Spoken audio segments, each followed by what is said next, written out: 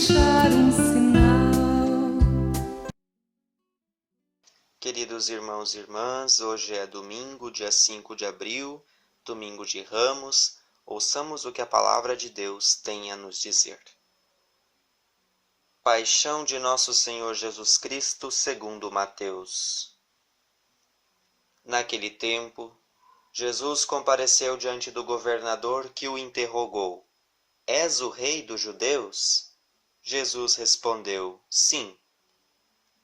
Ele, porém, nada respondia às acusações dos príncipes dos sacerdotes e dos anciãos. Perguntou-lhe Pilatos: Não ouves todos os testemunhos que levantam contra ti? Mas, para a grande admiração do governador, Jesus não quis responder a nenhuma acusação. Era costume que o governador soltasse um preso a pedido do povo em cada festa da Páscoa. Ora, havia naquela ocasião um prisioneiro famoso chamado Barrabás. Pilatos dirigiu-se ao povo reunido: Qual quereis que eu vos solte? Barrabás ou Jesus, que se chama Cristo? Ele sabia que tinham entregue Jesus por inveja. Enquanto estava sentado no tribunal, sua mulher lhe mandou dizer: Nada faças a esse justo. Fui hoje atormentada por um sonho que lhe diz respeito. Mas os príncipes dos sacerdotes e os anciãos persuadiram o povo que pedisse a libertação de Barrabás e fizesse morrer Jesus. O governador tomou então a palavra: Qual dos dois quereis que eu vos solte? Responderam: Barrabás. Pilatos perguntou: Que farei então de Jesus, que é chamado o Cristo?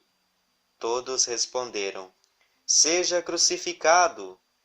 O governador tornou a perguntar: Mas que mal fez ele? E gritavam ainda mais forte: Seja crucificado. Pilatos viu que nada adiantava, mas que, ao contrário, o tumulto crescia. Fez com que lhe trouxessem água, lavou as mãos diante do povo e disse: Sou inocente do sangue deste homem. Isto é lá convosco. E todo o povo respondeu: Caia sobre nós o seu sangue e sobre nossos filhos. Libertou então Barrabás, mandou açoitar Jesus e lhe entregou para ser crucificado. Os soldados do governador conduziram Jesus para o pretório e o rodearam-no com todo o pelotão. Arrancaram-lhe as vestes e colocaram-lhe um manto escarlate. Depois, trançaram uma coroa de espinhos, meteram-lhe na cabeça e puseram-lhe na mão uma vara. Dobrando os joelhos diante dele, diziam com escárnio: Salve o Rei dos Judeus! Cuspiam-lhe no rosto e, tomando da vara, davam-lhe golpes na cabeça. Depois de escarnecerem dele, tiraram-lhe o manto e entregaram-lhe as vestes. Em seguida, levaram-no para o crucificar. Saindo, encontraram um homem de Cirene chamado Simão, a quem obrigaram a levar a cruz de Jesus. Chegaram ao lugar chamado Gólgota, isto é, lugar do crânio. Deram-lhe de beber vinho misturado com fel. Ele provou, mas se recusou a beber. Depois de o haverem crucificado, dividiram suas vestes entre si, tiraram a sorte. Cumpriu-se assim a profecia do profeta: Repartiram entre si minhas vestes, e sobre meu manto lançaram a sorte. Sentaram-se e montaram guarda. Por cima de sua cabeça, penduraram um escrito trazendo o motivo de sua crucificação: Este é Jesus, o Rei dos Judeus. Ao mesmo tempo, foram crucificados com ele 2 ladrões, um à sua direita e outro à sua esquerda. Os que passavam o injuriavam, sacudiam a cabeça e diziam: Tu que destróis o templo e o reconstrói em 3 dias, salva-te a ti mesmo, se és o Filho de Deus, desce da cruz. Os príncipes dos sacerdotes Os escribas e os anciãos também zombavam dele. Ele salvou a outros e não pode salvar-se a si mesmo. Se é rei de Israel, desça agora da cruz e nós creremos nele. Confiou em Deus. Deus o livre agora se o ama, porque ele disse: Eu sou o Filho de Deus. E os ladrões crucificados com ele também o ultrajavam. Desde a hora sexta até a nona, cobriu-se toda a terra de trevas.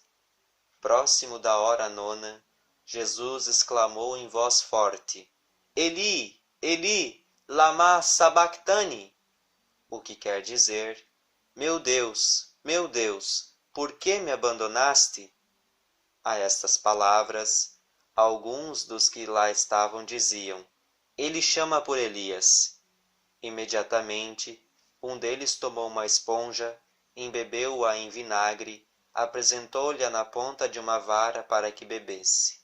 Outros diziam: Deixa, vejamos se Elias virá socorrê-lo. Jesus de novo lançou um grande brado e entregou a alma. E eis que o véu do templo se rasgou em duas partes de alto a baixo, a terra tremeu, fenderam-se as rochas, os sepulcros se abriram e os corpos de muitos justos ressuscitaram. Saindo de suas sepulturas, entraram na cidade santa depois da ressurreição de Jesus e apareceram a muitas pessoas. O centurião e seus homens que montavam guarda a Jesus, diante do estremecimento da terra e de tudo o que se passava, disseram entre si, possuídos de grande temor: verdadeiramente, este homem era Filho de Deus. Palavra da salvação.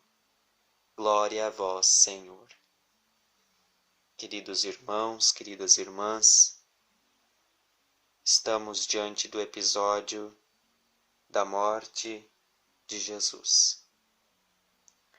A morte de cruz correspondeu ao ponto mais baixo e ao ponto mais alto do projeto de vida de Jesus e da sua relação com os que escolhera para estar com ele.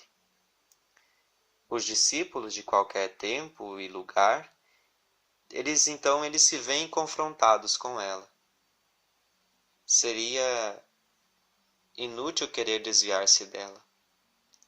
Queridos irmãos, irmãs, essa morte de cruz reduziu Jesus à condição de maldito de Deus.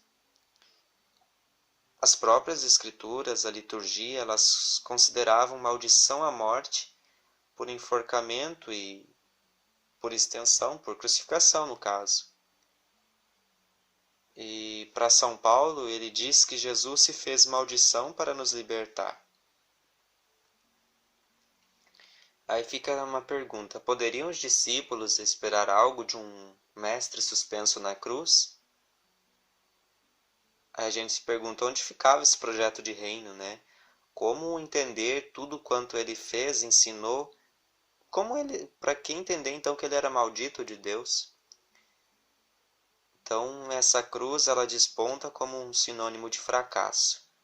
É o reverso dessa moeda que revela uma realidade bem diversa. A cruz foi a prova definitiva da mais absoluta fidelidade de Jesus a Deus. Ele foi tentado das mais variadas maneiras a trilhar um caminho diferente. Só que ele manteve-se fiel a esse projeto, mesmo custando a sua própria vida.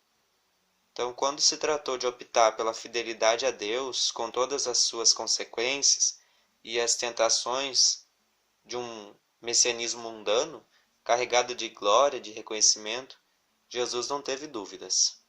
Ele optou pela fidelidade. E é essa mesma fidelidade que nós temos que optar também, até as últimas consequências da nossa vida. A sua morte estava em perfeita consonância com a sua vida. Morte de cruz, que foi lida nessa perspectiva, dá um sentido novo à vida de Jesus. E esse fracasso então recebe o nome de fidelidade. A impotência chamar-se a liberdade. Essa impotência, que na verdade é uma impotência que gera liberdade, é uma impotência que gera vida na vida de outras pessoas, na nossa vida. Jesus entrega a sua vida na cruz por amor. Ele poderia ter seguido outros caminhos, ele poderia ter feito outras escolhas, mas ele seguiu o caminho para qual ele foi enviado, para dar a sua vida em favor de muitos. E aí a gente se pergunta, que vida é essa? Que vida nós estamos dando em favor de outras pessoas? Ou estamos preocupados mais com a nossa vida, com o nosso mundo, com o nosso jeitinho de ser? A nossa vida, ela é para ser vivida com verdade, mas acima de tudo, ela precisa ser vivida com responsabilidade. A maior prova de amor é a entrega na cruz. E qual é a nossa maior prova de amor que nós podemos demonstrar para as pessoas hoje? Que fica essa pergunta para nós hoje, celebrando este domingo de Ramos, celebrando este tempo da igreja tão bonito, que somos convidados a fazer parte desse projeto de vida, morte e ressurreição. Que possamos olhar isto e descobrir que na morte de Jesus há um testemunho de liberdade, de fidelidade à missão, ao reino, às pessoas, que nós também possamos dar esse testemunho de amor para com o próximo, de uma fidelidade que gera uma fidelidade para todos, uma vida para todos, uma esperança para todos, e não para uns e para outros. Quebremos, rompemos com esse sistema que mata, que escraviza e que destrói. Só assim, a vida que Jesus entregou na cruz realmente vai valer a pena. Se nós fizermos algo em favor dessa outra vida que doou-se a vida de todos. Morte de cruz é sinal de amor, é sinal de compromisso, é sinal de responsabilidade. É a maior prova de entrega.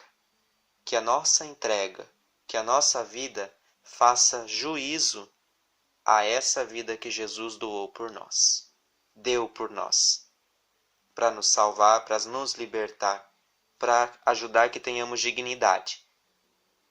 E que hoje nós também possamos viver ela com integralidade, com verdade, com dignidade, buscando os nossos sonhos, os nossos desejos, os nossos direitos, que é para todos, que não é para um, que não é para outro, mas é para todos. Pai, ajuda-nos a descobrir que na morte de Jesus, um testemunho consumado da sua liberdade e da sua fidelidade a Ti, ao Teu reino, um reino de justiça, um reino de paz, um reino para todas as pessoas. Que o Senhor nos ajude, que o Senhor nos livre de todas as contrariedades da nossa vida, de tudo aquilo que mata a vida humana. Assim seja. Amém. Em nome do Pai, do Filho e do Espírito Santo. Amém. Tenham todos um ótimo domingo de Ramos, que possamos meditar sobre essas palavras e tirar aquilo que realmente é importante para a nossa vida, para a nossa caminhada de comunidade.